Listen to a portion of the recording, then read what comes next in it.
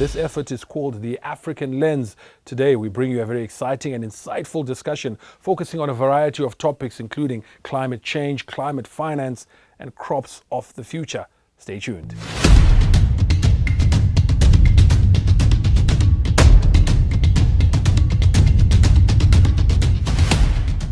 Chiyedza Heri, founder of Ubuntu Alliance. It's great to have you on the program. Thank you for being here. No, thank you for having me. Okay. First of all, very, very quickly, who is Ubuntu Alliance and what do you do? So Ubuntu Alliance is a company that was born off of the information and data asymmetries with farmers. And the aim of Ubuntu Alliance is to increase access to information and data to farmers, but also conversely collect information and data from farmers to unlock potential alternative funding mechanisms and sources that are out there. Okay, great. Two things that you talk about there that I think, obviously want to focus on this program is alternative platforms for funding, but also just, I think, the role that can be played in empowering our farmers, particularly the small scale and rural ones. We'll get to that very shortly. But first, let's talk about this issue of finance. We're in the throes right now of one of the worst droughts that's ever been experienced in this country. It speaks to issues of climate change. We keep talking or keep hearing about climate finance to mitigate these issues. Where is the money? So I'm glad you've asked the question of where is the money, because I think we have a lot of environmental gatherings, like you have your COPs. We've now reached COP 28, where we finally have a loss and damage fund, and people are still saying, like, well, where's the money? There's always billions in commitments, but we never see the money at the forefront of the implementation in the ground. Mm-hmm.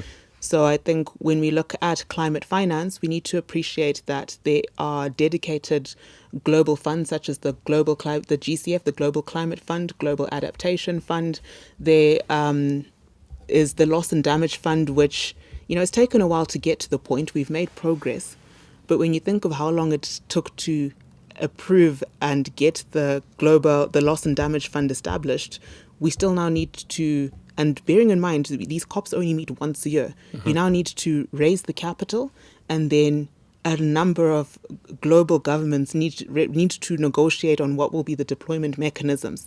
So whilst all of this is happening, a lot of climate finance has come, and you're seeing private sector come into this space where you have capital that could be deployed a whole lot faster than, some of this multilateral funding. And we need to start being a bit more aggressive in accessing that private capital. So when you look at Africa, we know that in the last 10 years, there's been about 150 billion in climate finance that has been deployed globally, but only 2% of that has come onto the African continent. And it's mainly concentrated in 4 countries. Mm-hmm. Which are? So you've got Ghana, Kenya, Rwanda, and I think the 4th one is South Africa, top of my head, but I'll need to check. Why isn't Zimbabwe in this mix? I think we do have frameworks like in 2019, our Ministry of Environment worked with World Bank to establish a climate smart agriculture investment plan.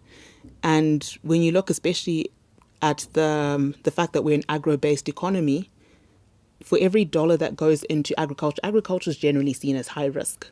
And it falls under adaptation. You're changing the way to adapt to a changing climate. Mm-hmm. Then you have mitigation funding, such as renewable energy. From an investor perspective, the risk in going into renewable energy project, I can see the infrastructure, my return on investment is immediate, and it's lower risk. So for every dollar that goes into adaptation, historically we've had 10 go to mitigation. Mm-hmm. And then with agriculture, finance typically doesn't get agriculture, and agriculture farmers don't really speak finance, so we need to close that gap, because yes, renewable energy is exciting and fun, but who's going to benefit from it if we reach a point where we're food insecure, and we're headed that way? Indeed. So what needs to be done? So I think it was interesting. I went to Africa Climate Week, and there was a panel with World Bank and IFC and lovely Americans and British people, and they were speaking about financing agriculture. Mm-hmm. And then when I was listening to the discussion, I actually had to reach a point where I stood up and I said, great panel, but question, who here is a farmer or is representing a farmer association or organization? Mm-hmm. And there was no one in the room or panel. Mm-hmm. So we were discussing financing for farmers without farmers in the room. Mm-hmm. So how then do we then close that information asymmetry? So this is where a company like Ubuntu Alliance is wanting to close that gap by saying, okay, what are the financial reporting requirements that we are not currently meeting? How can we tap into them so that we can access this alternative funding, which is typically concessional? And when you look at climate finance, it's a financial mechanism to divert money from the heavy polluters to the forefront of people at the effects of climate change. So it makes no sense right now that farmers aren't getting a lot of that funding. Yeah, when they need it most. What should that finance be doing? Or, I mean, I suppose this is what you're trying to do as an association or an organization, is to try and see what the needs of the farmers are. So what should that be going to? Typically, if you tell a Zimbabwean about, finance, particularly for farmers, we think inputs, Yes. we think seed, but what should we be funding? So Zimbabwe, and I'm so happy and proud to say that Zimbabwe is a signatory. There was a UAE declaration on transforming food systems and improving sustainability. And, at a multilateral level, we see that we need to transform the way that we're doing our agriculture. In Zimbabwe, a lot of farmers are still relying on rain-fed agriculture. Mm-hmm.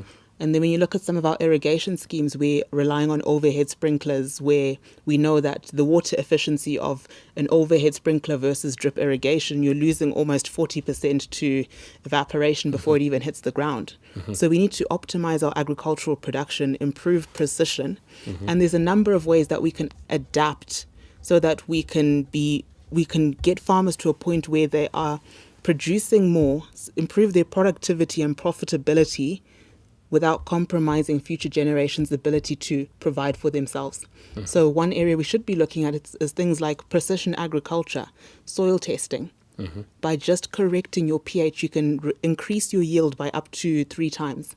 So helping more farmers get access to that information so they can make informed decisions and also improve their way that they're doing their farming. Because now if you optimize your fertilizer application, you're reducing your input costs. So you've got a positive economic gain. There's a positive environmental gain. Like plants only absorb 15 to 20% of chemical fertilizers. Mm-hmm. Think about that. Yeah. So how much is now going into our waters? You have nitrification of our waters. You have nitrous oxide, which is a higher emissions factor than carbon dioxide. And we've been focusing on carbon dioxide. So it's a win-win-win. So this is what climate finance can help unlock in terms of infrastructure development and helping farmers adapt to a changing climate. Okay. Earlier you spoke about the need to do all these things because we are reaching or heading towards a point where we might be food insecure. How do you tell, or have you come across a scenario where now farmers, particularly smaller scale ones, are more interested in growing cash crops, things like tobacco, versus food crops because it's more profitable? Is that a reality? Is that a challenge? When you look at the fact that one of our biggest export crops is tobacco and we're importing grain, then that's an indicator that maybe we need to rethink our food production system and also start looking and saying, can we reduce some of our costs so that farmers can find alternative crops more profitable? So we need to be rethinking and looking at maybe exploring some of our policies that, can we look at import substitution, or what are the bottlenecks?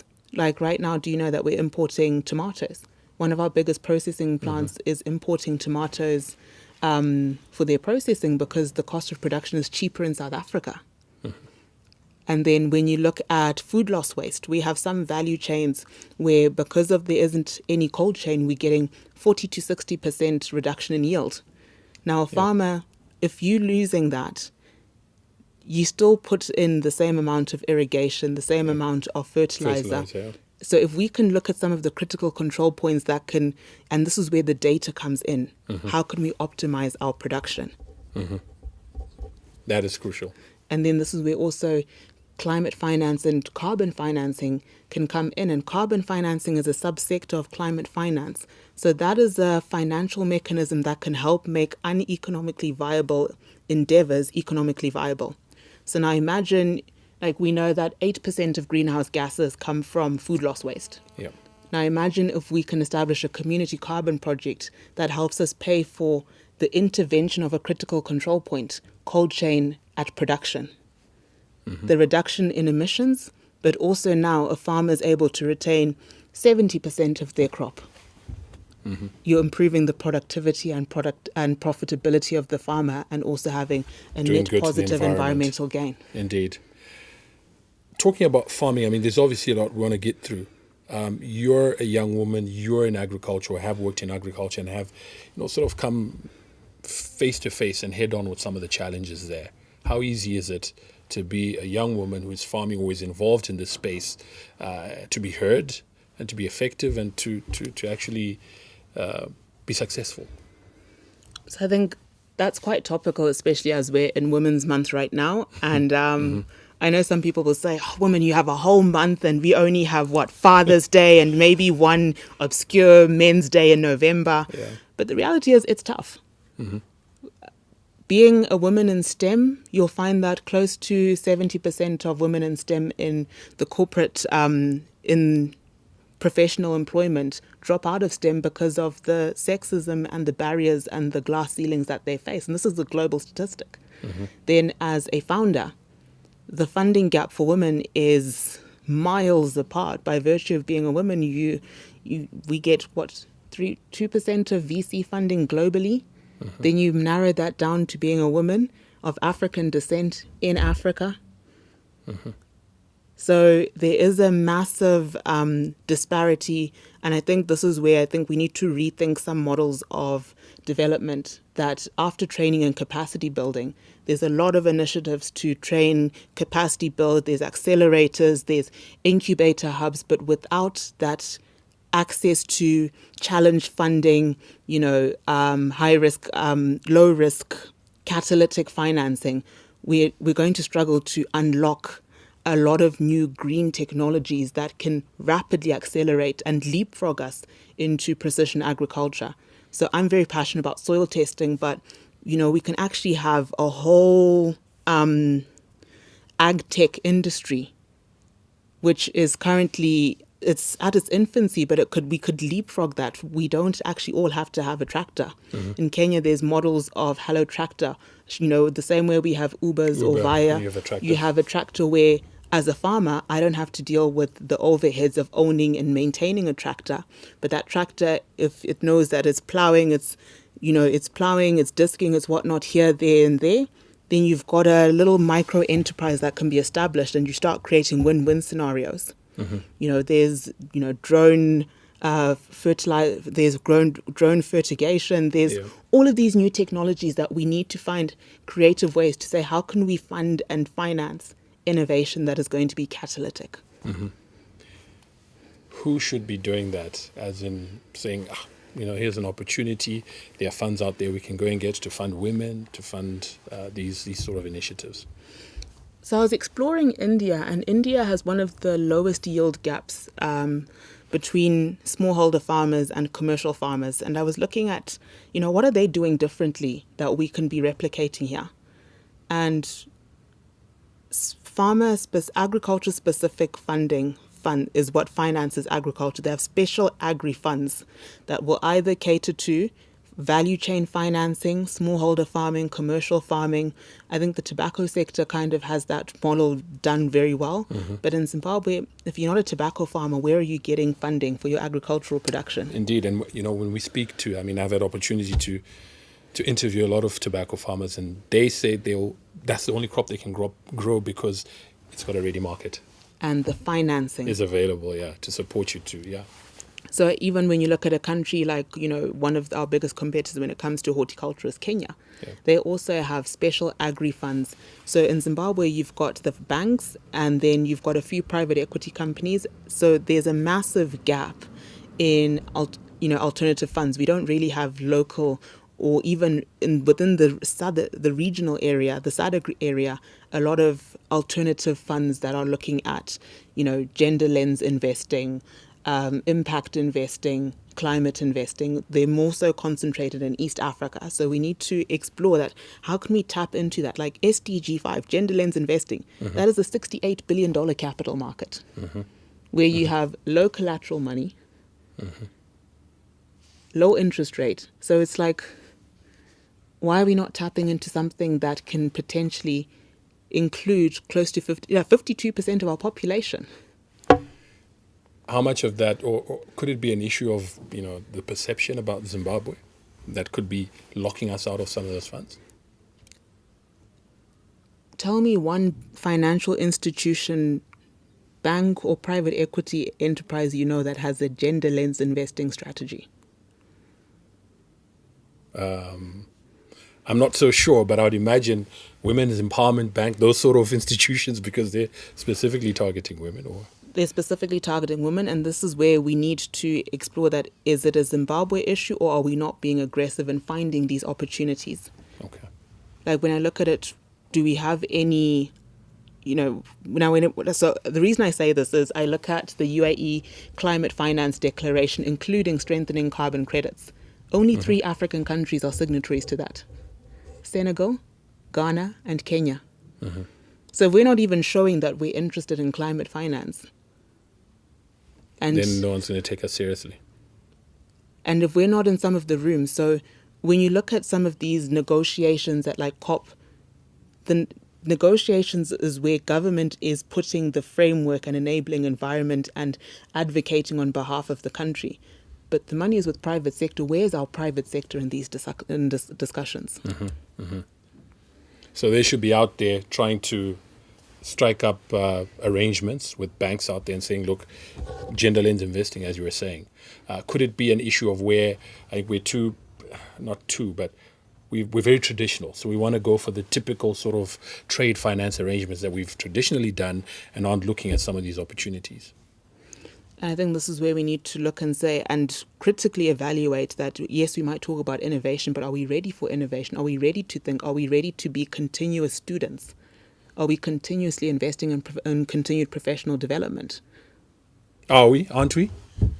I'm just saying that, which financial institution has a gender lens investing strategy or impact finance? Which financial institution or funding body is looking at, the EU now have a sustainable finance reporting directive? If we're not learning about these new advances in the markets, then how are we preparing ourselves to continue to be able or to benefit from accessing some of these funds? Locally, do we have that framework where, for climate finance, you have to track and monitor the performance of finance? That speaks into data and the infrastructure to be able to record that data. Do we have that infrastructure in place so that we can meet the environmental reporting requirements and the financial reporting requirements? Yeah. We because can meet going the forward, social. That'll be a reality, yeah? Yeah, so to meet the social. So if it's SDG or impact funding, do we have the reporting mechanisms, disaggregated by gender to meet the reporting requirements for accessing the monitoring and performance of that finance? Critical questions, and I think, certainly we hope that these financial institutions or people who have an opportunity to access those sort of funds are paying attention and taking heed.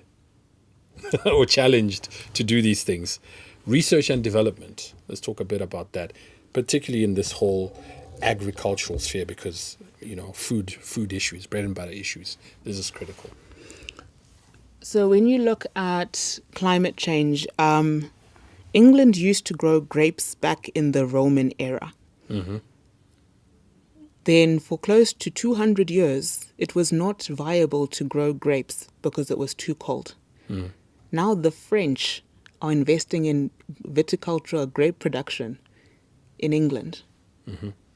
The reason I'm saying this is a tangible example that climate change, there are pros and cons to it. Yeah. And if we are not continuously investing in R&D, our agroecological zones are changing. Yeah. Our rain cycle seasons are changing. How we need to invest in research and development so that we can look and assess that, number one, how can we adapt? And number two, what are the crops of the future? Yeah. So I'm very excited that Zimbabwe is the second country after Malawi to allow 1% THC for hemp. You can make close to 1,000 products from hemp. Where we're going into an environment where millennials, Gen Zs, we should be thinking about sustainability. A lot of the African continent is importing packaging from China. However, we can make bioplastics, we can make biopolymers, we can make biodiesel. There's over 100 products that we can be making, but we don't have, where's the R&D into crops like that? Yeah. Crops of the future. R&D, as well as, I suppose some people would say, access to them. I don't know much about this, but certainly from what I gather or what I hear, hemp is just, it's not a product that you just wake up and say, I'm going to start growing. Or is it? You need licensing. You need all sort of clearances in this regulation. Do we have access to them? Are they accessible to? So I think when cannabis was legalized, hemp was just tagged onto it. And I do know that now they have reduced significantly the cost of registering a license to grow hemp. But again, that R&D is still needed. It's not been a commercial crop. So now we need to decide, is hemp for your shiv or your fiber? Is it for your seed? We have different agroecological zones. What grows well where? What genetics are well adapted here? And who pays for that R&D? Businesses typically want to invest in. They're in business to make money, not to research. So we need to see that Tertiary institutions? Our tertiary institutions, but do we have a bridge between the tertiary institutions' research and commercial application? Crucial. As you quite rightly say, excited about hemp because, as you say, crops of the future. Globally, let's not smoke. There's this ban, there's this movement. So as a viable crop going forward, it may be difficult. So these could be alternatives for these farmers. Yep. And when you look at it, you look at things like tobacco. Tobacco is now competing with e-cigarettes. Yeah. And then you also have the risk with the high levels of deforestation and environmental impact. So we really need to be looking and saying our core revenue generating crops, are they going to serve us 10 years from now, 15 years from now? And how are we preparing to replace them? Should we need to replace them and to scale up some of these other ones? Yes. So tertiary institutions need to, I think, be aligned. What is the role of the different players? So you've got your government, you've got your tertiary institutions, you've got your private sector.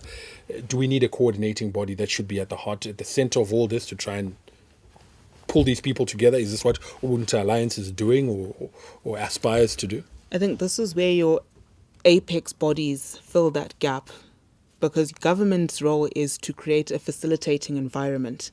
Academia is to fulfill the skills requirements, but also increase the generation of information. And then private sector is typically there to implement, but also generate revenue and keep the economy going. So when you have a triple helix structure, we need all three parts working cohesively together. Okay. Talking about apex bodies, very, very quickly, we're almost out of time, but Zimbabwe Carbon Association, I know you sit on that or you're part of that. What's happening there? So we are looking at, projects are going through the process of being authorized. And we are continuing to where we are. There's a lot happening right now. We've got the Climate Change Act coming. We've got the carbon trading, the more permanent carbon trading regulations coming into play. So a lot is happening in space.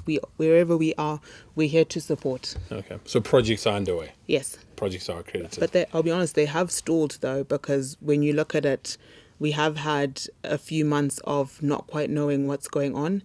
And then when you look at the current revenue share model and the 5,000 project registration fee, it does create significant barriers to registering new projects. So we're only really playing in 3 project type areas when there's about 170 different project types, from infrastructure development, renewable energy, agriculture, waste management. So I think we need to be looking and taking a sectoral approach to say, what carbon projects are there? Which ones can be led by private sector? Which ones can government get involved in? Which ones can communities get involved in? And how can we have an equitable, inclusive carbon market? Fantastic. I know that, if we wanted to go down that route, we'd have an entire program just focusing on carbon credits, and hopefully we'll come back and talk a bit more about that.